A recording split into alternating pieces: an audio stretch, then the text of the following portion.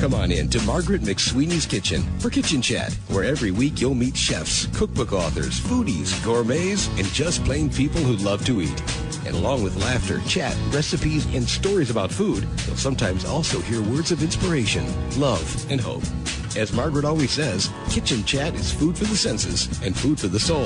So grab a cup of coffee, put your feet up on a comfy chair, and get ready to spend a little time with Margaret and her friends. I'm so glad you're joining me today in the Viking La Cornue showroom here at the Merchandise Mart. I'm with my co-host, Chef Jamie Larita, who is the creative director and brand ambassador for Viking.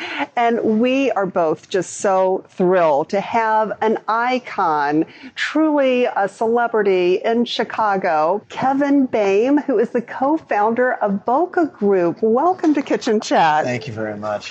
Icon, that might be a bit overstated, and it makes me sound old. No, okay. Well, you are the star of Chicago here.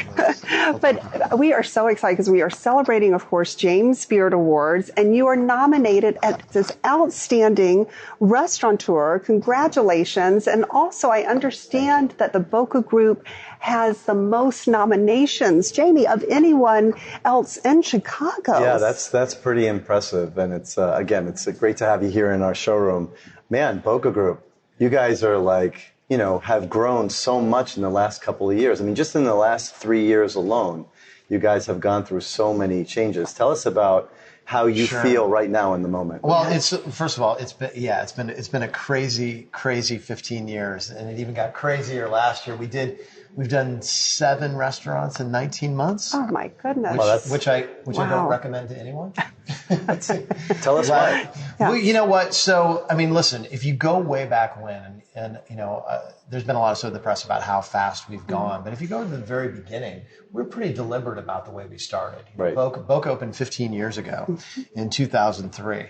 And then we waited 2 years before we opened a second restaurant, 3 years before we opened a third, and another 2.5 years before we opened a fourth. So we felt like we paced it really well. Right. And then from the time Girl and the Goat opened until Little Goat, we opened 7 in 3 years. Just because we could shake things up a bit. Yeah, you sure did. You did. And it was a time in the world when the economy had kind of stalled. And we just saw kind of a slingshot moment where nobody else was kind of opening up anything. And Right. we said, yeah, who are we going to be? Are we going to be the guys that just open up a few restaurants every few years, or do we want to really make a big mark and turn this into a bigger group? And that's kind of what we did. Well, it's funny because even during that time when the James Beard Awards moved to Chicago, and the Chicago was getting all this notoriety for being the best food city in America. Which I agree with. Yeah, I agree with too. I mean, Culinary that's capital. another point, Margaret, I want to talk to you about, you guys about, you know, we have this culture in Chicago. It's very, you know, it's a fraternal thing. It's very much a group of people that support each other, unlike in other big food cities. I'm from New York. I totally agree with that.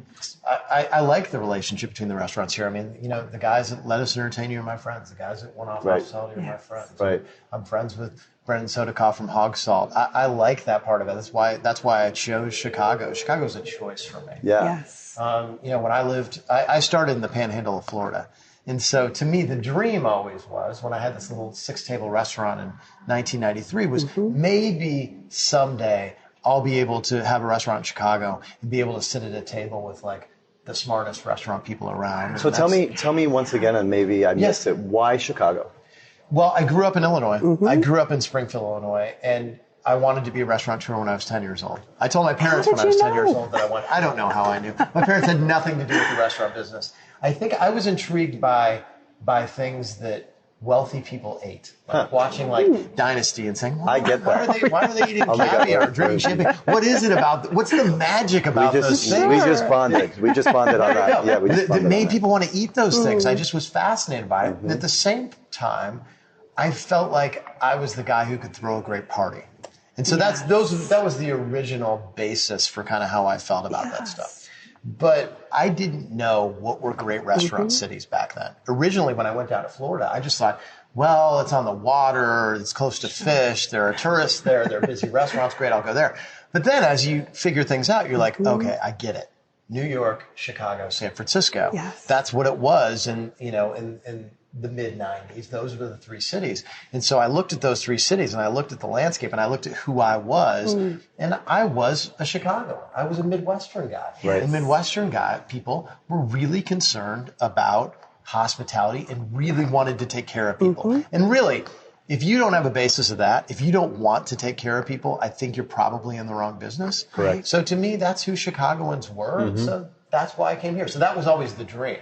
And I opened up a couple in Florida and I sold them and I came up to Chicago and I'm like, oops, can't afford this city yet. Then I opened up a restaurant in my hometown of Springfield, Illinois, and I sold it. And I came up here and I'm like, oops, maybe not ready yet. And then I went to Nashville and opened up a restaurant and then I came here. So all of that was kind of like getting my bachelor's degree, getting my master's degree. And then I'm like, okay, timing. Let's see if I can hit a major league curveball. That was kind of my thought for Chicago. And so when we opened up Boka and I met Rob Katz, and we decided to partner together, literally that first meeting of us having a cup of coffee together was like, okay, well, let's open one restaurant together. What's the worst that could happen? And so glad that we chose Chicago because there are people that embrace great food. They understand great food and understand great hospitality.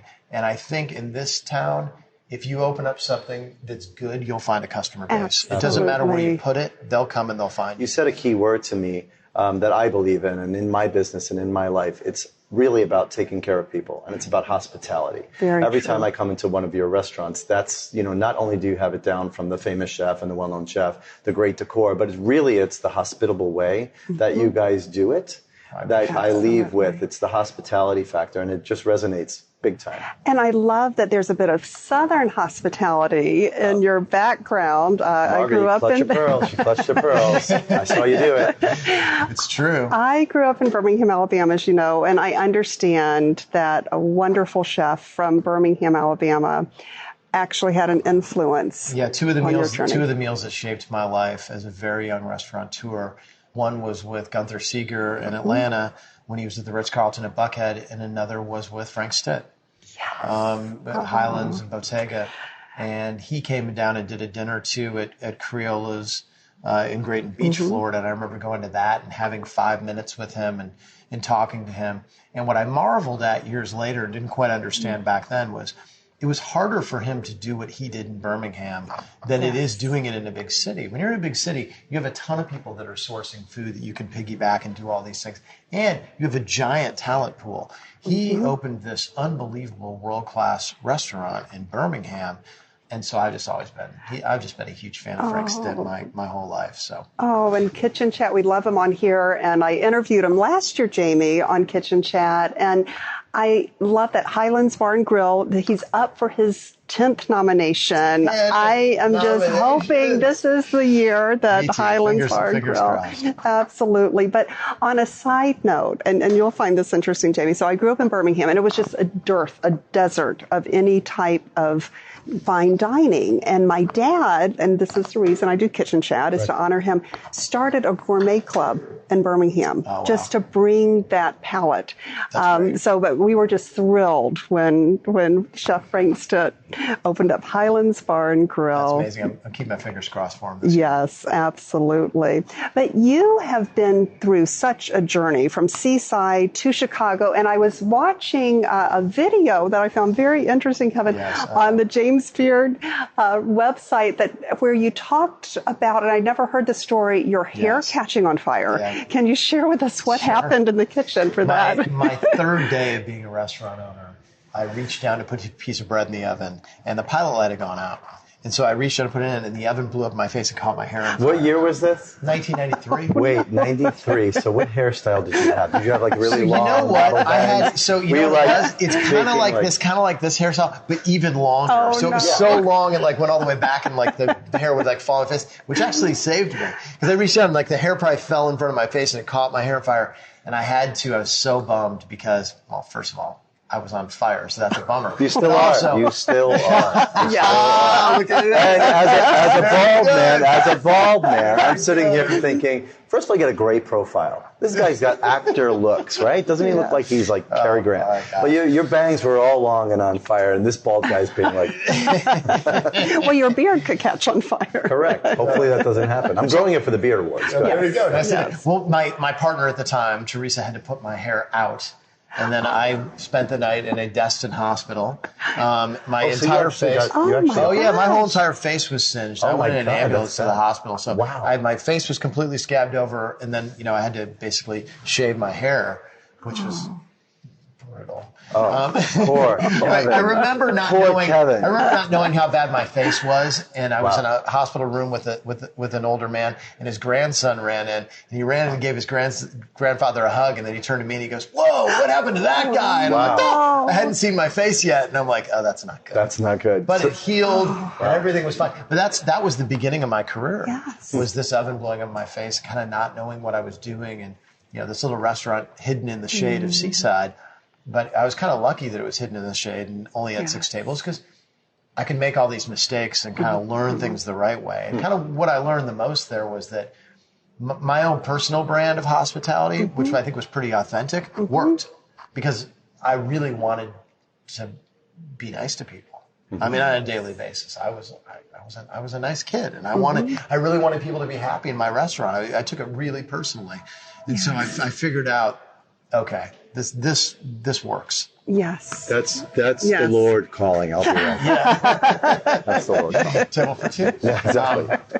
Lazy Days Cafe. That was the name of the first place. Wow, what a beginning! What a launch! It was a crazy beginning, and so I ended up selling that restaurant, and I opened up a wine bar, sushi bar, rock and roll bar. Love it. Live rock and roll 7 nights a week, sushi till 2 a.m, and we did rock and roll every single night. I was like, what are my favorite things? 100 wines by the glass, sushi all night long, and live rock and roll. And people in 1994 in Seaside were like, what? We are bonding on so many levels. I mean, this is all about fun. You seem like you're having a really good time. You're living your dream. You talked about the past, right? So let's go to new. What's new? Yeah. What's new? So there's a lot that's new. Like I said, we opened up a lot of restaurants in a short amount of time. The very newest restaurant is Belmore, which is Jimmy Papadopoulos is a great chef. He was at Bohemian House. He was Eater's Chef of the Year. And there's a moment about maybe a year and a half, 2 years ago, where Lee Wolin, who's our chef partner at Boka, nominated for a Beard Award this year, came to us, and also our chef at Somerset, came to us and he goes, hey, man, that guy at Bohemian House can cook.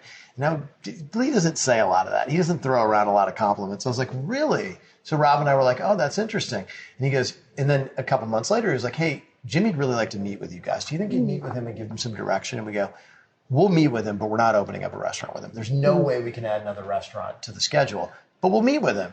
And we met with him, and he just was such a beautiful soul. We just loved him so much. We were like, you know what? Why don't you cook for us? Just, and we told Lee, it's out of curiosity. We'll give him some more direction. We're not opening up a restaurant. There's no way we can open a restaurant with him.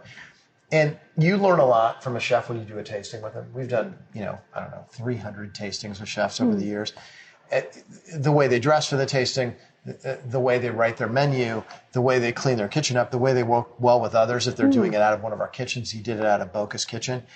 And he came with this piece of parchment that he had burned the edges of, and he did a wax stamp in the corner that had a B for Boka on it, and he dressed impeccably, and everybody loved him in the kitchen. And the first bite we had was this oyster pie that's become kind of Instagram famous.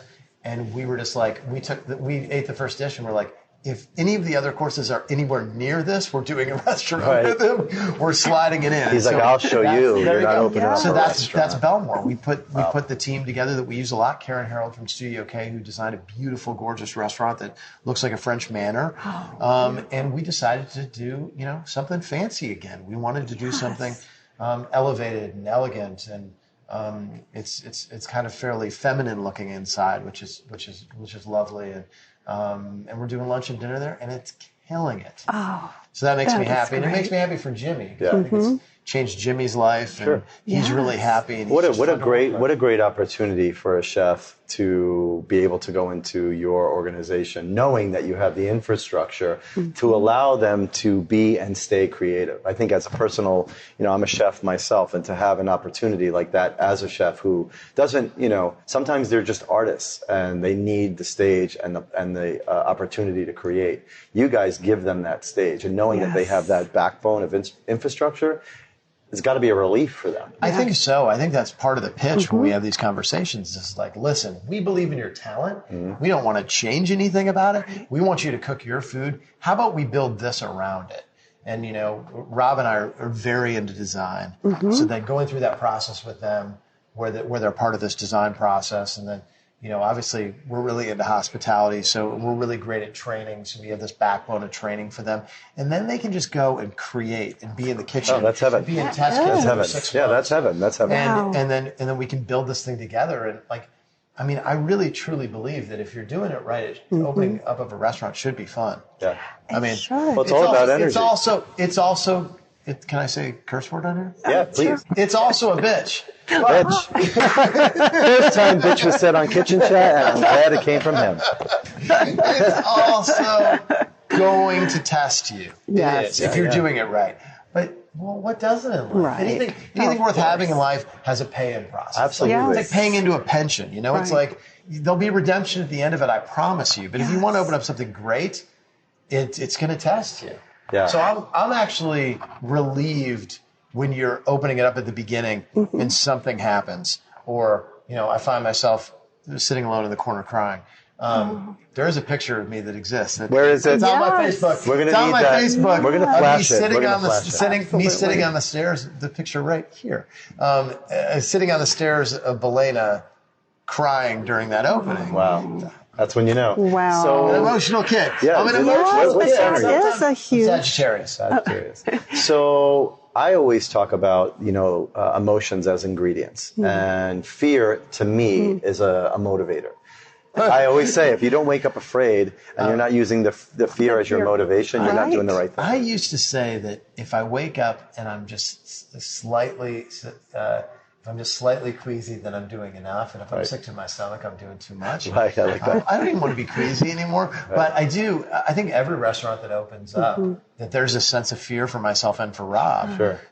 And Rob is great. Yes. He's amazing. They're the dynamic duo. And Rob is, you know, I think Rob probably wakes up at 3 o'clock in the morning more than I do, but I still wake up. Well, I wake up at 3 o'clock in the morning every night, but that's So just do part I. of my own crazy sleep pattern. 3:15, done. Every night. Oh, wow. Me between 3 and 4 o'clock in the morning. You should every text night each other. of my life. At Wow. 3:15 to 3:33, I'm up. Every Wow. night, every day. You know what? It's the heavens talk. You know, what I've learned about that is that there is a frequency that wakes you up, and a lot of it is the energy that you're creating around you. You're in tune. That's all good news. You know what could be, and I want to give this person some love because I don't think I've ever given this person love. Like Let's do it. Let's give it a little love.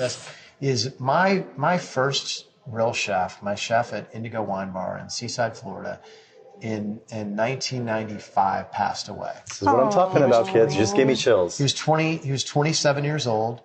I was the last person to be with him. We had a Heineken at 1 o'clock in the morning, and he went home and he had a heart attack in the middle of the night. He had a heart condition he didn't know about. That was the most shocking thing that ever happened to me. So maybe it's Glenn. It's not even amazing. I have these chills all over my body. Maybe it's Glenn telling me I did okay. You did okay. I call these hugs from heaven. Yeah. Yes. So Glenn, I was always sad for Glenn because he was a great chef and he was doing all his work before really the internet age. You know, he was very young. So you Google Glenn Fullen chef and nothing comes up. Well, So we will say his name here. there you go. Glenn. Glenn Fullen. Yes. There you go. And, God bless. and he had a great impact on your He did. Clear, He yes. taught me a lot. So I have That is another special. question for you that I think we all can all can answer. So you get to if you don't mind me asking, how old are you right now? I'm 47. 47, so you're Yes. right in that zone. So you're going to be 50. Wait till you turn 50, because then you're going to say another swear. life is just beginning.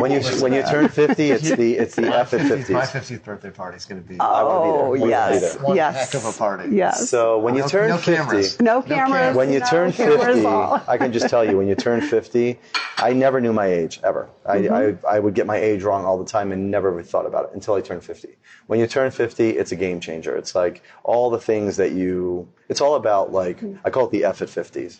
And you just basically turn around and you do things that are really, really important to you, and you want to take care of others, but you start to get a little self-ish at 50, more things about yourself. So that said, with all this success and all this work and all this energy that you're putting forth, what do you do for Kevin? It's a good question. So 2017 was a brutally hard year. We all of those openings, I decided to move at the same time. Belena, one of our restaurants, burned down. Yeah, we saw that. I had a close friend that passed away. There's a lot of stuff that was happening. And I came out of it with this kind of anxiety and stress mix that was really bad. And I think that happiness is an active pursuit. It's not a passive one. Right. You just can't sit there and say, "Hey, happiness, come grab me." Right. So I came out of it looking at life in a different way. And a few things that I've adopted are everything in 17. I was either thinking about something that had just happened or worrying about something that was about to happen. And I lost all these moments by not being present. Yes. And so my big thing right now is anytime I'm in something, it's like, the only moment that's important is this moment right now. Yes. I'm in it right now. This moment sitting with you two right now is the only thing that exists and the only thing that's important right now. And that's been kind of my theme. So important for this year. And I found a lot of peace in it. Oh my God! And so It's amazing. So a combination of that and finding a yoga mat at least 3 times a week. Very important. And being in a gym, another 2 days a week on top of that. The gym's really, really important to me. Finding some time to sweat, being with my family. You have the most beautiful children in Yes. life. Thank you. I saw this vacation you were on recently, We were in Bora Bora, which was like, I'm looking at those Fun. pictures and I'm like, I've always wanted to go. And I'm like, oh my God, that's my dream vacation. It's hard to get to. How was it? Ain't easy to get to. That's that earning process again. Yes. You got to earn it to get to Bora Bora. It's amazing. Yeah. It's amazing. And what do you eat? What's Yeah, I your was diet about to like? say, what was the So food? I eat a lot of the way that I eat a lot of Japanese food. I say that Rob and I, of the 14 lunches and dinners I have throughout the week, I would say 6 of them are Japanese. Wow. So I eat pretty clean, very healthy. Do I have some cheat meals? What is your favorite cheat food? Oh, gosh. It's a really good question. My guilty pleasure that I don't tell anybody about, like that I still crave to this day, that comes from my childhood, is peanut butter and jelly sandwich. I still love that. great bread, peanut butter, Crunchy good or preserves. smooth? Crunchy for sure. But listen, not everything that we serve at all our restaurants is healthy. Right. Of course. Is it emotionally healthy? I'm gonna go eat some beautiful unhealthy Chinese food at Duck Duck Goat. It's gonna be super tasty. With Chef Stephanie. So listen, I love bread. When I'm eating really healthy, I don't eat much bread. So when I'm cheating, I'm definitely gonna get some Pizza. bread. Pizza's my demon. Pizza's my demon. Pizza is life. It's so good. Pizza is life. So good. Last that is night, true. well, I'll give you a story. Last Yes. night, the kids got pizza. We live in Gold Coast, and Lou Malnati's is right there, and my wife went and picked up some pizza for the So kids. you're in the danger zone as far as I'm concerned. I go, I'm not eating that. So I ordered some sushi, and so I have sushi, and sitting on the counter is some Lou Malnati's pizza and some mozzarella sticks. And then In your midst. next to it is my sashimi plate.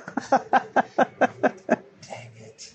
And yes, I had 2 bites of some pizza. I had to. You had to. You can't. That's torture. I think deprivation I deserved is the it. worst You form of absolutely- starvation. When you I deprive looked at that yourself pizza like and I that. said, the only thing that's important is right now is this pizza right here. So I've been Yeah. juicing, Kevin, for the past 6 weeks. I lost probably 18 pounds Congratulations. in the last, and I know that feeling. But when you're dedicated to your health like that, everything changes, right? Everything. When does. you're in tune to like how you feel and you're really like polishing your temple, it's there's nothing better than, especially at when you start getting up there in age, it's like you start feeling really, really good, and then you're good all the way around. Yeah, so I think you only get Very one of good. these. Exactly. Absolutely. So what you put in, you surely get out at the end. So. That's right. Yes. So back to Chicago. Yes. I know in our conversation 4 years ago, you had hinted that there might be a possibility outside of Chicago. Has anything happened with that? We're what's on? looking. Okay. That would be All the right. next. That We would went be the through next. new, we went through Yes. the now and the moment. Now what's Yes. the next? Yeah, so we're Absolutely. looking, and we have narrowed it down to a couple cities. Oh. And we're looking very strongly at a couple of deals right now. Wow. So I think that That's soon there might be something Great. Good. We will. announced. This is exciting. Well, I feel like it's, I've always seen, from afar, I'm always out there working, and Margaret, of course, is always out there passionately interviewing foodies and chefs and gourmands around the world. You are definitely one of the people that I look at and say, I respect what you do. I love what you do, because as a chef and as an entertainer and as somebody that loves hospitality myself, I give that to, the celebrities that I work with on the road and now here in the Merchandise Mart. I look at you as somebody that I say, I would have done it just like that. Oh, yeah. And I am also a bitch when it comes to the details. Touch the pearls again. When it comes to details, and you understand that, then this is why you're so successful, because you get it. It's all everything in tune. The food, the mood, the music, the style, the energy, and the kindness that you have. Everybody that works for you seems to share that mentality. You're spreading and it was funny, I met you guys not too long ago, I think it was last year at your party, and you guys are out there on the dance floor celebrating. How important is that in life, to get out there and dance, right? 100%. I'm trying to get him on Dancing with the Stars. Dancing with the Food Stars. Hopefully there'll be some dancing this year. Dancing with the Food Stars. We'd love to bring home one this year. Dancing with the Food Stars. 4 nominations this year. Boka's up for Best Service in America. Meg Gallus is up for Best Pastry Chef in America. Lee Wollen's up for Best Chef Great Lakes. And then this is great. And you have outstanding restaurant. You must be like, this is like living the dream. Come on. The kid with his hair on fire in Panama City, in Seaside, Florida, at a 6-table restaurant. They were plastic resin tables. I mean, I pitch myself all the time. Good for you. This is great. Congratulations. I've obviously been super fortunate, and you said something about the people that work for us. I mean, we've always hired the same way. Do we like them? Do we think they're smart? And that's gone a long way. So I think most everybody around us that works in the company was hired on those credentials.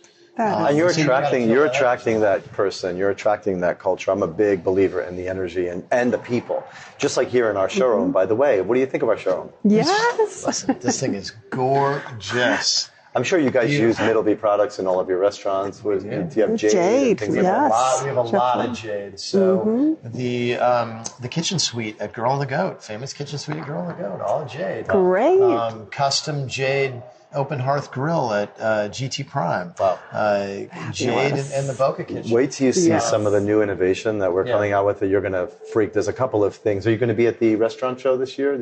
I will be. Yeah, at some point. I always walk through. Yeah, make sure you stop by the Middleby booth, and you'll see some really fun stuff that's happening here. And thank you. This is beautiful. Thank you. Appreciate it. And so I always like to end Kitchen Chat with 3 tips for the home chef. Oh. Do you like to cook? I didn't even ask you if you like to cook. You know what? It's funny. I do like to cook. But there were so many years where I didn't. Yes. If you go back to the beginning, my first restaurant was 2 people. My second restaurant, there was just 2 sushi chefs, so I had them teach me how to roll. If we got really busy, that I could roll. And back then, I was intrigued by it and liked the process and that sort of thing.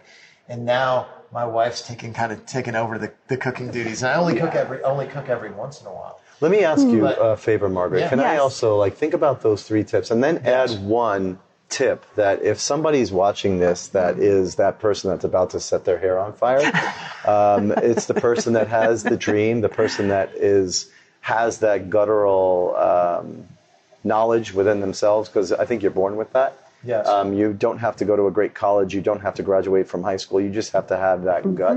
Yes. And if there's one thing you can speak to that person after you give those 3 tips that you would like to say based on and learned from all the experience that you have to make that person make that move, what would it be? To make that move into the restaurant business? Whatever it is. It could be whatever. Whatever their dream is. Here's my tips. I love to entertain too. The first thing is, just like in restaurants, sourcing is unbelievably important. So sourcing, where you're getting your food from, where you're getting your fresh fish from, where you're getting your produce from. Go to Green City Market, support local farmers, and buy great food, because that's where that's 90% of it. 2, I think a lot of times people throw big dinner parties, people come and they really want to be impressive, and maybe they pull out the 11 Madison Park cookbook and they want to master one of Daniel's. I think sometimes cooking simple food, especially if you have great product, really, really well is how you're going to impress people. I got my heart. Seasoned correctly.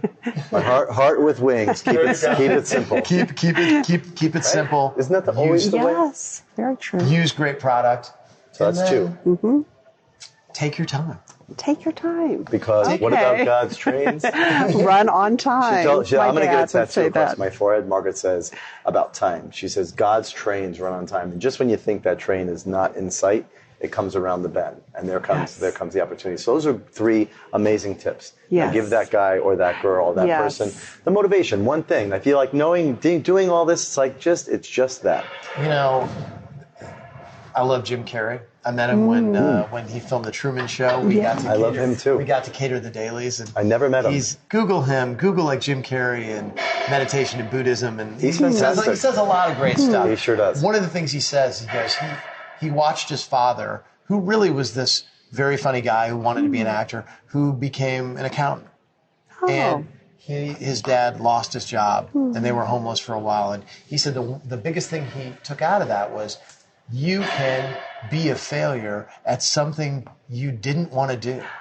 So why not go for something that you actually want to do? Build a life around something that you want to do. And I don't think people think about it enough. Wow. Like, what do I want to do? Take money away, take education away, take talent away. What is this thing? And can I get there then? I mean, as a young kid in Springfield, Illinois, I didn't have any money when I dropped out of college. I had $500. What I wanted to do was open up a restaurant. I wrote something down. I still have the spiral notebook, and it says on it, enough, move to Florida, work 2 jobs, save everything you make off one, bank, live off of the other, and eventually you should have enough money to open up a restaurant. I didn't know if that was 25 years or if it was 2 or 3. I didn't know how long that was going to take me. I didn't even know how much a restaurant cost, but I was like, kind of makes sense to me. And that's actually exactly what happened. Wow. So, and how many restaurants have you opened up since then, since you wrote Enough? 25 or 26. It's 26, and here we are. This is another question. I know we were trying to end the show, but I have another question, quick one for you. So in my mind, Chicago being the city that it is, the food city that it is, and all of these restaurants, all of these choices, sometimes I'm looking at that and I'm in my home and I'm like, God, there's so many places I can go tonight. And by the time you make a decision as to where you want to go, you wind up staying home. Do you think, especially in Chicago with the restaurant bubble just growing and growing and growing, is there an end to that? Is there a bubble that will burst? How do you feel about it? I think it kind of bursted a little bit last year. Yeah. I think you saw a lot I feel the of same people, way. That's why I asked you the question. I think you saw a lot of people close last year. I think that there's a lot of restaurants open in a short amount of time. Right. It wasn't sustainable. Right. Obviously, we're part of the problem. We're opening up a lot of restaurants. We have one at Wrigley Field that opens in 17 days. Wow. Oh my goodness, that's great. Dutch and Docks. It's the corner of Clark and Addison, right across from the historic marquee, 300 feet from home plate. Wow. Chris Pandell, our chef from Millennium from Swift & Sons, is the executive chef. That's not going to suck. That is great. But then we go. Then it's another year before something else opens. So we even said, you know what, we're going to back it up. We're going to slow it down a little bit. I'm so glad you answered that question. That was, and you're an honest man. That was a very honest answer. I feel the same way about that, and I felt like last year was that year as well. You saw so many restaurants just go by the wayside, and it's just like there could be. There's a bubble that does burst sometimes. And it's a great restaurant. I think there's at least 3 or 4 Michelin-starred restaurants that closed. Yeah, which is a bummer. All of that, yes.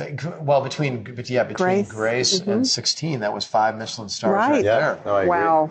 Wow. But more stars on the horizon, yes. And you are creating them, and you are a star, and we're just so don't honored. forget to stop and see. Margaret and I are going to be on the red carpet this year for the James Beard Awards. Stop by and tug on the beard, and we're looking forward to seeing all you people there. You can ask me what I'm wearing. We'll totally going to do that. We're going to be Ryan Seacrest and Juliana Rancic on the carpet this year. So. You've been an amazing guest. I loved hearing your story. I feel like all of us resonate on, the ingredient being passion and kindness. And you're a very cool person, so thanks for coming. Thanks for letting me sit in this incredibly gorgeous space. Come down and see them at the Viking Show. Suite 137. Yes, Suite 137. It's gorgeous. Thank you. Oh, thank you so much again, Kevin, Thanks for for being on Kitchen Chat. And thank you, dear foodie friends, for joining the fun here in the Viking Le Cornu showroom. Please make sure you visit kitchenchat.info, also vikingrange.com for more inspiration in your kitchen. And check out Boka. Please come to Chicago and check out the wonderful restaurants here. And always remember to take a moment and savor the day. Thanks for joining Margaret for Kitchen Chat today. Margaret would be so excited for you to drop by and visit with her at kitchenchat.info, where you'll enjoy podcasts, blogs, recipes, tips from chefs, and even great giveaways. She invites you to share your recipes and kitchen stories too. As Margaret always says, savor the day.